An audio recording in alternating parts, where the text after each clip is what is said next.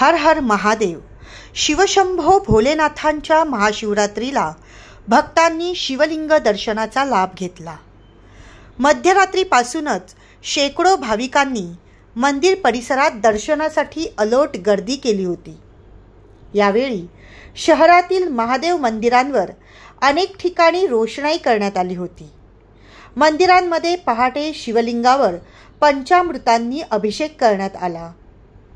शिवलिंगावर bell फुले वाहण्यात आली, तर भजन आणि कीर्तनात भाविक दंग झाले होते. पावणेगावच्या श्री पावणेश्वर, कोपरखेडे येथील वैकुंठधाम डुंगेश्वर स्मशानभूमीजवळ, तसेच श्री चिकणेश्वर आणि घणसोली गावातील शिवमंदिरात महाशिवरात्री उत्सव सोहळा मोठ्या उत्साहाने साजरा करण्यात आला. पहाटे शिवलिंग महाअभिषेक सोहळा, श्री शिवरुद्राय यज्ञ व दर्शन झाले. पावणे, कोपरखेडे, वाशी आणि घणसोली येथील शिवमंदिरात भजन कीर्तनाचा धार्मिक कार्यक्रम सादर करण्यात आला. भक्तगण भाविकांसाठी खास फराळाची मोफत सुविधा केली होती. भाविकांची दर्शनासाठी गर्दी झाली होती. काही ठिकाणी हरिनाम सप्ताहाचा जागरही सुरू झाला आहे. नवी मुंबईतील अनेक शिवमंदिरात सकाळपासूनच भक्तांनी दर्शनासाठी रांगा लावल्या होत्या.